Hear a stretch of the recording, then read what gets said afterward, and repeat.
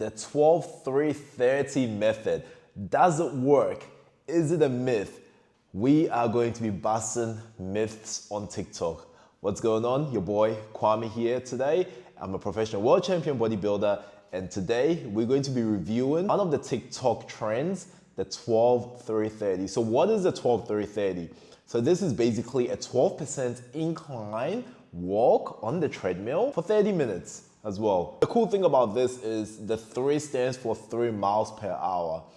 And this is something that has surfaced the internet and is going crazy at the moment. Everyone is trying it. So I thought, hey, look, with my professional experience, especially being a professional bodybuilder, world champion bodybuilder, where I can teach you how to build muscle, I can teach you how to lose weight, this is my expertise. So I'm going to be reviewing this, and I'm going to let you know by the end of this video if the 12-3-30 is for you or if you shouldn't even waste your time. So first of all, let's acknowledge who created it. Someone called Lauren Giraldo.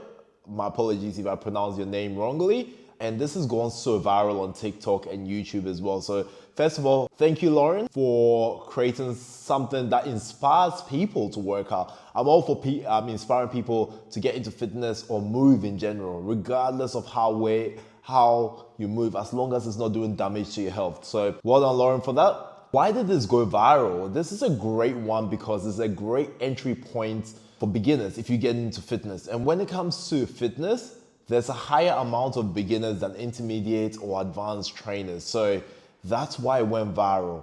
The format, again, is a 12% incline at 3 miles per hour and for 30 minutes.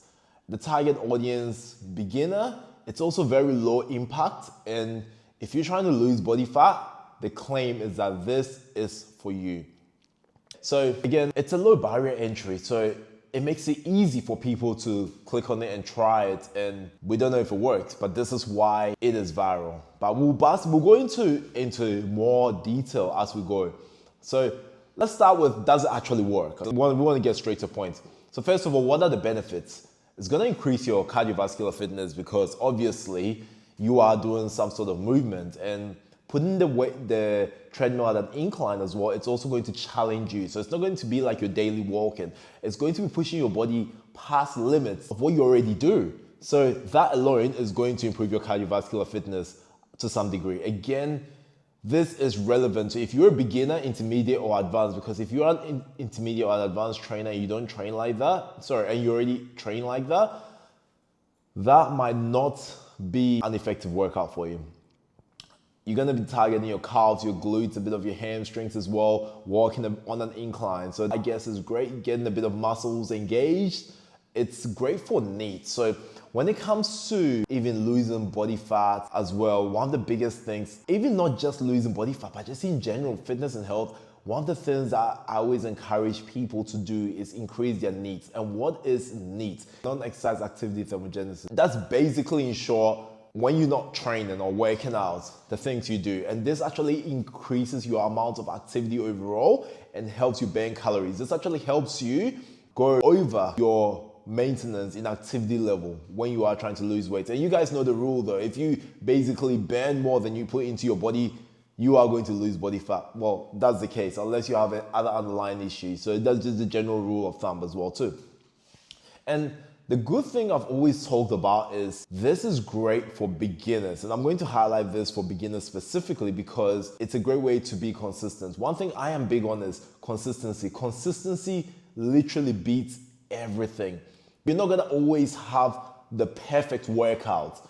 However, if you are consistent with your workout, you will 100%, which I guarantee you, I give you my word, if you're consistent with the improvements, even just that 1%, you will make progress. That is a guarantee. So you don't have to be always perfect, you just have to show up. And that's a very big part. And that's one thing that's great about this type of workout, okay? But let's talk about the myth busting, because I see this and there's a lot of people who are beginners and they see this and they're like, oh, I'm going to get on this trend. And this is why my channel is here to help you. The first thing is it will make you shredded fast. Look, walking alone won't make you shredded fast. If you want to get shredded fast, get into a very big deficit. This is not talking about health. get to a very big deficit or just load yourself with training, which you won't sustain for long because eventually your central nervous system is going to start to shut down and it's going to force you to rest. Or go into a very big deficit where your energy levels are going to be so low that you're not going to be able to give out enough energy to be getting shredded fast. But walking alone won't basically sculpt and get you shredded. Another myth busting one I've seen is you lose belly fat. You can't target where you lose your body fat from, and that's one of the biggest misconceptions. I still get these questions all the time, and I understand. Nothing wrong with people asking, because if I was going into different sports, I'll ask questions too, and people still make content about you're going to be targeting your belly fat. Where you lose body fat from is genetic. Your body is going to choose where it is. Although there are certain things you can do to help reduce the amount of bloating or losing body fat faster. So that is one of the things. Now, we're going back to the topic of it will help you get shredded fast. If your diet is poor, it's not going to help you. However, if let's say your diet was consistently poor, let's say you're eating the same amount of calories and then you weren't doing any of this thing and you added this in, because I like to play devil's advocate. I want you guys to understand it from both ends. If perspective wise, if you're doing everything the same, tracking everything the same, and then you included this and you weren't doing this before, anything at that intensity level, you will notice a significant change. So that gives my thumbs up.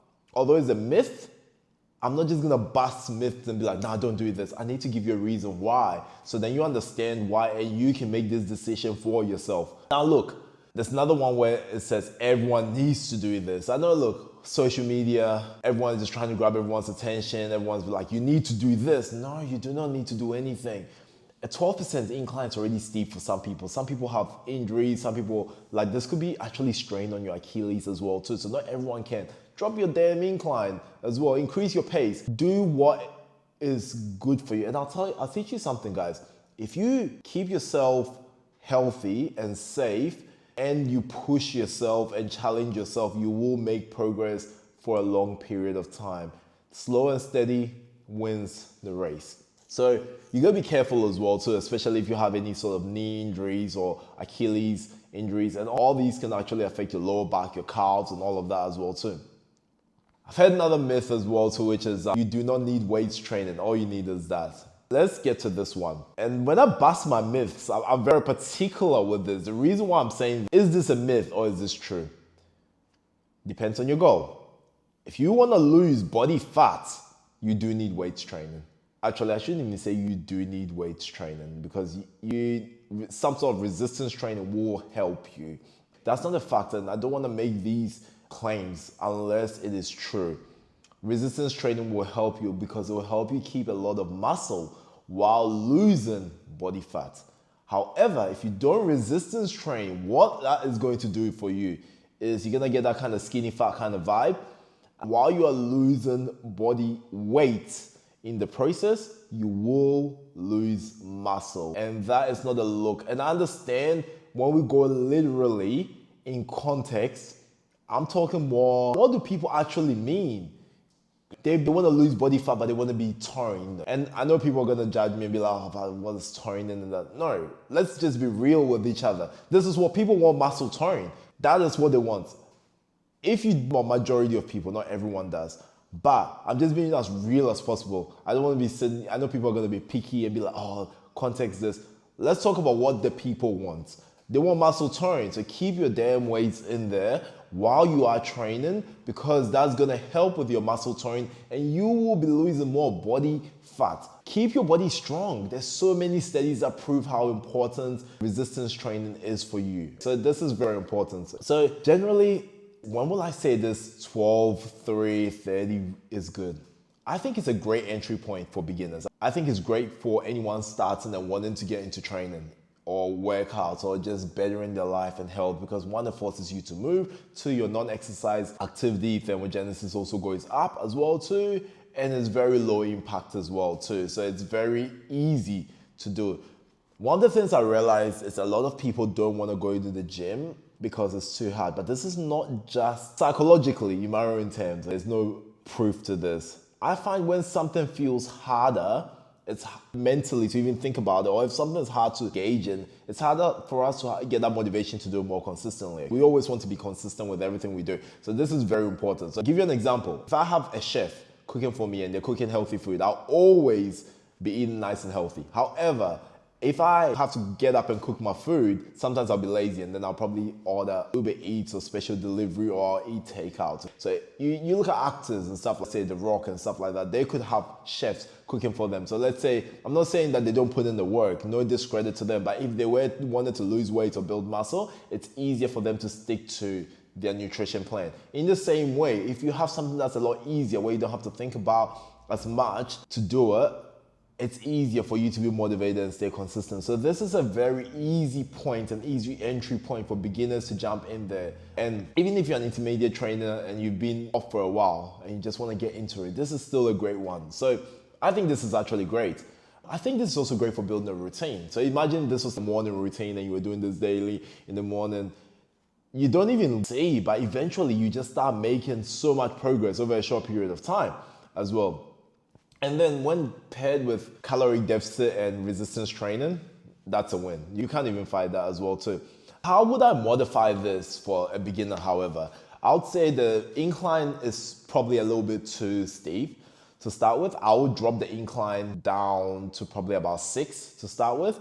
And I'll still keep it to 30 minutes. And I think, but if you are really starting the gym, maybe 15 to 20 minutes. Now, one of the things and the beauties of this is when you jump on the treadmill for the first time, and let's say you're cold or you're tired and your blood starts flowing and then it goes to your brain. I get most of my best ideas while I'm on the treadmill as well. So then you get these little bit of a dopamine release and you start to feel happy. So that 15 minutes that you primed yourself for could easily become a 20, 25 or even 30 minutes. So I'll say start low and then slowly increase as well. In the same way, slowly increase your incline as well. It doesn't have to be straight up full high incline to start with and injure your knees, because if that, again, like I said, if that happens to you, you're not coming back to this. And we want to try and avoid this at the same time as well too. If you start to get comfortable at it, let's say I'm an intermediate or advanced trainer and I want to push this a little bit further, this is routine, your body adapts to everything. Get a weighted vest as well. I think that could add a little bit of resistance and that could actually make a bit of a difference, and also a bit of fun, a bit of change, a little bit of challenge, adds a little bit of spice in there, keeps it fun and enjoyable. So it just makes you want to do it even more. So final verdict, it's got my approval. Cheers. Anything that inspires people to train, anything that isn't going to cause too much harm, but is done in a positive way, anything that inspires consistency, it's got my approval. It's got my check mark here as well too. And guys, if you can as well, drop in more TikTok myths or YouTube myths you've seen in the comments, because I would love to make more videos on this as well too. Shout out to Lauren Geraldo. I hope I'm really pronouncing your name right. Anyone that inspires people to get into fitness, you have my approval, and I appreciate that, because for me, fitness changed my life. And I think it's safe to say, from a physical, mental point, especially mental, fitness has saved me in so many ways that I know, and I'd love for you guys to also be able to experience that. So it's my dream and my hope that with this channel, I can actually help you to get into fitness, reap the benefits from fitness, learn what's right, skip my mistakes, and that's why I'm bringing my experience here and trying to show you basically the things that I failed at, so then you don't have to go through them as well too, but also improve your knowledge. The thing is also, look, I try to be as right as I can, but I'm not always right. But I'll always use my knowledge, my expertise to try and guide you guys in the best possible way. I've been lucky enough to coach quite a lot of clients, and so it's not just me that I've been able to experiment on different techniques, experiment on different foods, experiment on supplementation, everything. It hasn't just been me. My clients have also been able to work through it, which allows me to work with people with different body types, but also at the same time help people, especially in similar situations. So this channel is for you. My long form content is going to always be very educational to try and help you guys as much as possible. So please do your best to support me. I am trying to release as daily as possible. If I don't release, I'll go live just to bring some sort of advice for you guys as well too. So help support me. Please share this video, like, comment, subscribe. Thank you so much for your time. Nothing is taken for granted. Your boy is out.